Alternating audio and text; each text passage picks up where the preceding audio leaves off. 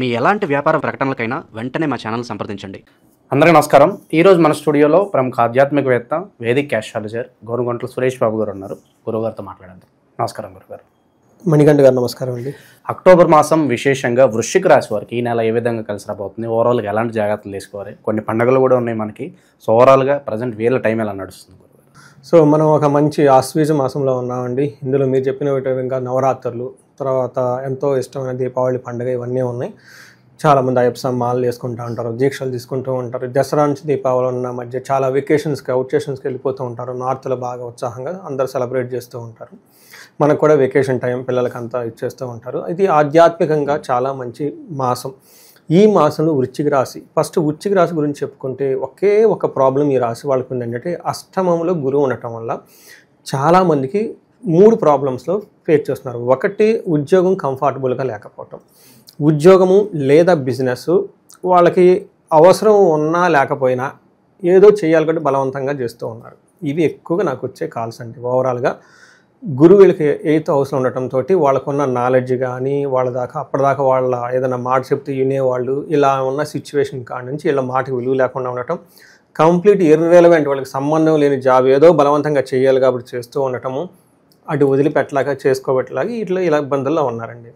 అయితే ఈ టైంలో మనం ఏదైతే అక్టోబర్ మంత్ గురించి చెప్పుకుంటున్నామో ఇలాంటి సిచ్యువేషన్లో ఉన్న జాబ్ వాళ్ళు పేషెన్సీగా ఉండటం చాలా చాలా అవసరం.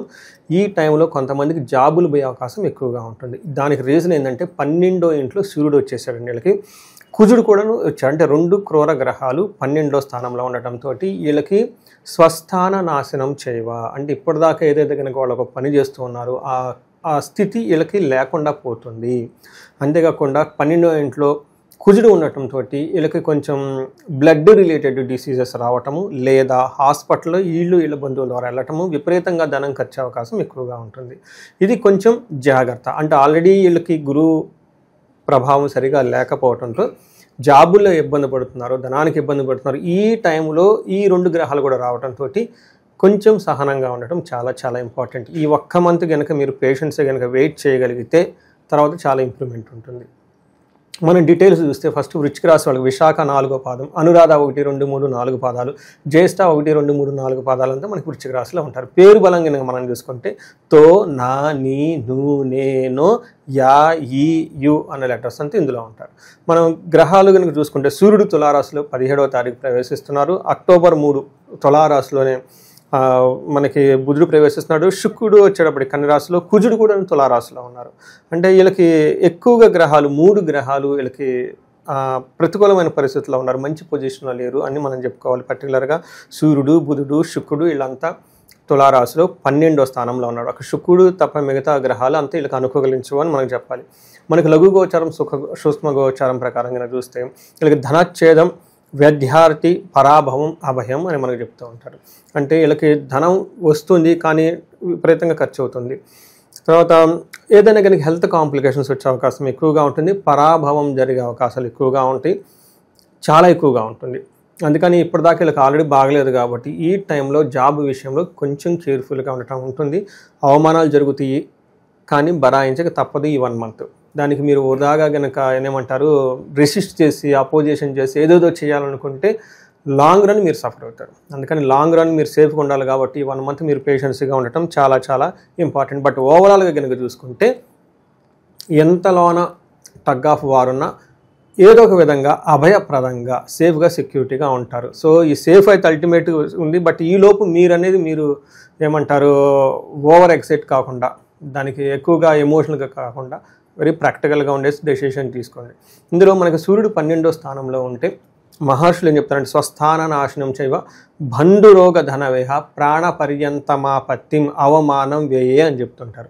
ఈ టైంలో సూర్యుడు 4 ప్రాబ్లమ్స్. ఒకటి, విపరీతమైన అవమానాలను క్రియేట్ చేస్తారు, దాన్ని మీరు బరాయించుకోవాలి. Particular it comes from your boss or it comes from the అప్పులు కనుక రుణాలు ఎవరైనా కనుక చూస్తుంటే మిమ్మల్ని కావాలని అవమానించే వాళ్ళు ఉంటారు. దానికి మీరు బెస్ట్ రెమెడీ ఏంటంటే సైలెంట్గా ఉండటం. వాళ్ళకి కావాల్సిన మిమ్మల్ని అవమానించడం.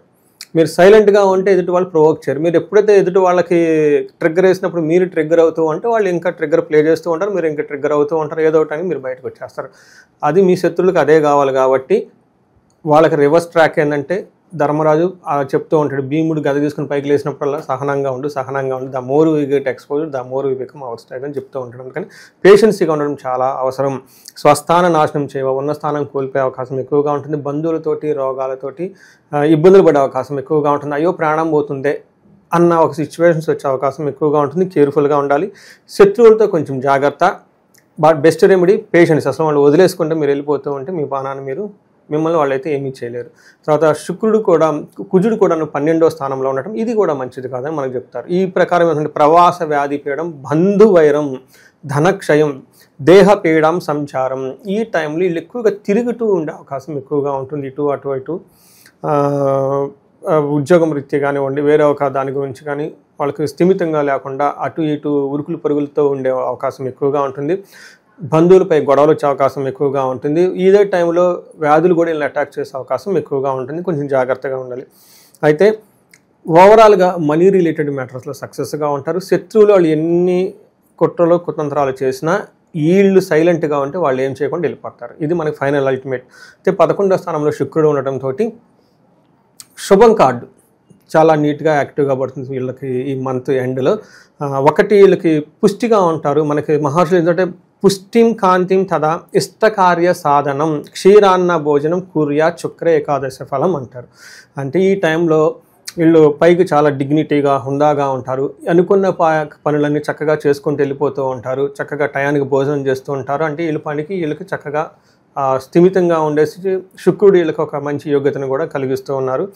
పిల్లల విషయంలో కొంచెం జాగ్రత్తగా ఉండాలి. వీళ్ళకి ఇంట్లో ఎవరైనా పిల్లలు ఉంటే వాళ్ళకి వెకేషన్ టైం కాబట్టి వెకేషన్కి వెళ్తూ ఉంటారు. అక్కడ డిసీజెస్ అయ్యి వచ్చే అవకాశం ఎక్కువగా ఉంటుంది. కొంచెం కేర్ఫుల్గా ఉండండి. పిల్లల విషయంలో హాట్ వాటర్ ఇస్తూ వాళ్ళని నెగ్లెక్ట్ చేయకుండా ఉండండి. తర్వాత వాళ్ళని దృష్టిలో పెట్టుకొని ప్రోగ్రామ్ కూడా ప్లాన్ చేసుకుంటే మంచిది. లేదంటే ఆల్టర్నేటివ్ మెడిసిన్ అవన్నీ తీసుకొని లాంగ్ వెకేషన్ వెళ్ళినప్పుడు పిల్లలకు ఉంటాయి కదండి పారాసిటమాల్ అవన్నీ పెట్టుకొని వెళ్తూ ఉంటే ఏదైనా ప్రాబ్లం అయితే అవి తీసుకుంటే పోతుంది. ఇది మనకి గ్రహాల రీత్యా వృశ్చిక రాశి వాళ్ళకి అక్టోబర్ మంత్లో ఉండేది. ఇక ఈ రాశిలో ఏ నక్షత్రాల వాళ్ళు ఉంటారు, వాళ్ళకి ఎలా ఉండబోతుంది? ఇందులో మనకి విశాఖ, అనురాధ, జ్యేష్ఠ 3 నక్షత్రాలు ఉంటాయి. ఇందులో విశాఖ నక్షత్రం వాళ్ళకి చూసుకుంటే లాభప్రదంగా ఉంటుంది, సౌఖ్యంగా ఉంటుంది, క్షేమంగా ఉంటారు. విదేశాగమనం ఫారిన్ వెళ్ళాలి అని అనుకుంటే కనుక వీళ్ళకి బెస్ట్ టైం ఈ రాశి వాళ్ళని మనం చెప్పుకోవాలి. అయితే లాస్ట్లో మాత్రం కొంచెం కేర్ఫుల్గా ఉండాలి. పర్టికులర్గా అక్టోబర్ లాస్ట్ 3-4 డేస్లో మృత్యు భయం, మరణం అని చూపిస్తుంది. అంటే ఈ టైంలో వీళ్ళకి ఏదో మనం ఒక పని చేస్తుంటే అది జాబ్ కానీ ఇంకోటి కానీ ఉంటుందా పోతుందా అన్న ఒక డైలమాల పడే అవకాశం ఎక్కువగా ఉంటుంది. అప్పటిదాకా ఏదైనా పని ఒక యాక్టివ్గా కనుక చేస్తుంటే ఆ పనిలో ఆటంకాలు వచ్చి ఆగిపోయే అవకాశం ఎక్కువగా ఉంటుంది. సో దీని అందుకే చెప్తున్నా 80% చాలా బాగుంది. కానీ ఇది విషయాన్ని కూడా మీరు ఈ మంత్లో కొంచెం కేర్ఫుల్గా ఉండాలని చెప్తాను. అయితే అనురాధ నక్షత్రం వాళ్ళకి లాభప్రదంగా ఉంటుంది, సౌఖ్యంగా ఉంటుంది, వస్త్రలాభము, క్షేమము అంతా ఉంటుంది. ఫారిన్ కనెక్షన్స్ లేదంటే ఫారిన్ ప్లేస్లో స్టేకి చాలా అనుకూలంగా ఉంటుంది. వీళ్ళకి మృత్యు భయం ఉంటుంది. ఆ లాస్ట్ 2-3 డేస్లో కొంచెం కేర్ఫుల్గా ఉండాలి. ఏదో పోతుంది అని అతిగా భయపడుతూ ఉంటారు. దీన్ని మృత్యు భయం అంటారు. అలానే జ్యేష్ఠ నక్షత్రం వాళ్ళకి క్షేమంగా ఉంటారు. విదేశాలకు సంబంధించి ఫారిన్కి సంబంధించిన కనెక్షన్స్ లాభాలు ఎక్కువగా ఉంటాయి. వస్త్రలాభం ఉంటారు, క్షేమం ఉంటారు, లాభప్రదంగా ఉంటుంది. అయితే దేహ పీడనం, హెల్త్ కాంప్లికేషన్స్ ఉండే అవకాశం ఎక్కువగా ఉంటుంది. ఇది కొంచెం గమనించుకోవటం ఎంతైనా అవసరం అండి. అనురాధ నక్షత్రం వాళ్ళకి కార్యహాని, ధననాశనం. అంటే ఏదైనా పని కనుక చేస్తే మధ్యలో ఆగిపోయే అవకాశం ఎక్కువగా ఉంటుంది. ధనం కూడా కోల్పోతారు. జ్యేష్ఠ నక్షత్రాలకి అగైన్ మనీ రిలేటెడ్ మ్యాటర్స్లో కొంచెం జాగ్రత్తగా ఉండాలి. బ్లైండ్గా ఖర్చు పెట్టకుండా ఏదో ఆఫర్లు వచ్చినాయని ఇవి వచ్చినాయని వెళ్ళకుండా వృధాగా ఖర్చు పెట్టేసి, అంటే మనం ఏదైనా ఖర్చు పెడితే దానికి లాభం ఉండాలి. ఖర్చు అంతా పెట్టిన తర్వాత అయ్యో ఏదో పెట్టేసామే డబ్బులన్నీ పోయినాయి అని ఇలాంటి ఒక సిచ్యువేషన్స్ వచ్చే అవకాశం ఎక్కువగా ఉంది. దాన్ని దృష్టిలో పెట్టుకొని ప్లాన్ చేసుకుంటే అంతా బాగుంటుంది. ఇక ప్రజెంట్ ఉన్న గ్రహస్థితి బట్టి ఎలాంటి పరిహారాలు వీళ్ళకి బాగా అత్యవసరం అంటారు సార్? వీళ్ళకి బేసికల్గా ఈ టైంలో జాబుకి సంబంధించి ప్రాబ్లం వచ్చే అవకాశం ఎక్కువగా ఉంది, యాంటిసిపేటెడ్ అనమాట. వీళ్ళకి దాని నుంచి తప్పించుకోవడానికి ఒకటి ఆదిత్య హృదయ స్తోత్రం చదవటం, హనుమాన్ కార్యసిద్ధి మంత్రం చదవటం మోస్ట్ ఇంపార్టెంట్. గోచరంలో గురువు వీళ్ళకి అనుకూలంగా లేరు కాబట్టి గురువుకి సంపూర్ణ శాంతులు చేయించుకోవటం నేను ఉండాలి. అది గురువుకి సంబంధించిన ఒక 16,000 గురు మంత్రం జపం చేయించడం. అంటే వీళ్ళు చేయలేరు అంతసేపు కూర్చొని. ఆ మంత్రం సిద్ధించిన వాళ్ళు, ఆ బ్రాహ్మణులు, ఆ పురుషోత్తములు ఉంటారు, వాళ్ళని తీసుకొచ్చి వాళ్ళు చార్జ్ చేయించుకుంటే అయిపోతుంది. అలానే గురువుకి అధిష్టాన దేవత ఉంటారు. మనకి దశమహావిధులకు సంబంధించి ఆ అమ్మవారు కూడా ఉపాసన చేయించుకొని వీటితో పాటు గురువుకి సంబంధించి బలం పెరగటానికి ఆశ్రమాలు విజిట్ చేయటం, గురువుల్ని రెస్పెక్ట్ ఇవ్వటం, భగవద్గీత చదువుకోవటం, ఇలాంటి ఆధ్యాత్మికంగా చదువుకొని ఉండటం చాలా బాగుంటుంది.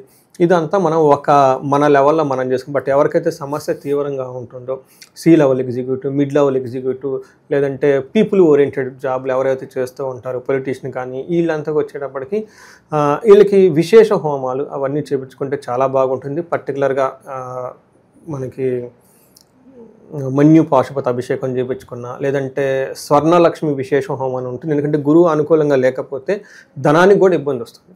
అదో చేయాలి కాబట్టి బలవంతంగా చేస్తుంటాం కాబట్టి ధనం మాకు రావట్లేదు, ఎక్కడైనా స్ట్రక్ అయ్యామని అనుకుంటే కనుక కుబేరు పాశుపత అభిషేకంతో పాటు వీళ్ళు స్వర్ణలక్ష్మి మనకి విశేష హోమం అని ఒక హోమం ఉంటుంది. ఈ హోమం కనుక చేయించుకోగలిగితే ఆల్మోస్ట్ వీళ్ళకి జీవితంలో ఎప్పుడు ఎన్నికి ధనాన్ని గురించి చూసుకోవాల్సిన అవసరం వీళ్ళకి ఉండదండి. అది నేను చాలా చేయించున్నాను. అది మనకి రాజకీయ నాయకుల దగ్గర నుంచి స్టార్ట్ అయ్యి, గవర్నమెంట్ కాంట్రాక్టులు చేసిన వాళ్ళ దగ్గర నుంచి స్టార్ట్ అయ్యి, మనకు ఇక్కడ నుంచి అమెరికా వెళ్ళి అక్కడ జాబ్ చేస్తూ, అక్కడ జాబ్లో నుంచి బిజినెస్లు స్టార్ట్ చేసి మల్టిపుల్ ఆర్గనైజేషన్లు పెట్టేసి అక్కడ స్ట్రక్ అయిన వాళ్ళకి అన్నీ చేస్తున్నామండి. ఇవంతా మంచి ఫీడ్బ్యాక్ సార్. 21 డేస్కి మాకు ఎలా ఒక పాజిటివ్ సైన్ వచ్చిందని, 41 డేస్కి ఒక పాజిటివ్ సైన్ వచ్చిందని. అట్ ద ఎండ్ ధర్మార్థ కామ మోక్షాలు ధనానికి సంబంధించి చాలా ఇంపార్టెంట్, ఈ కాలంలో పడకూడదని ఇది ఒకళ్ళందరికీ సజెస్ట్ చేస్తుంది. ఎందుకు ఎక్కువగా సజెస్ట్ చేస్తున్నానంటే, మనకి దసరా దీపావళి మధ్యలో మనకి లాస్ట్ 5 డేస్ దీపావళికి సంబంధించి ధనత్రయోదశి కానివ్వండి, లేదంటే లక్ష్మీదేవి పూజ అమావాస్య రోజు కానీ, ఇవన్నీ అమ్మవారికి సంబంధించిన పూజలు, అమ్మవారికి సంబంధించినవి కానివ్వండి, మనకి శ్రీయంత్రం కానివ్వండి, అంతా ధనానికి సంబంధించిన మాట. ఈ టైంలో ఇవి చేసుకుంటే ఇంకా త్వరగా సిద్ధించే స్థలం వచ్చే అవకాశం ఎక్కువగా ఉంటుంది. ఓకే, ఓవరాల్గా ఈ రాశి వాళ్ళందరికీ ఈ అక్టోబర్ మాసం విశేషంగా ఏ విధంగా ఉండబోతుంది, ఎలాంటి జాగ్రత్తలు తీసుకోవాలి, చాలా బాగా వివరించారు. ధన్యవాదాలు. ధన్యవాదాలు.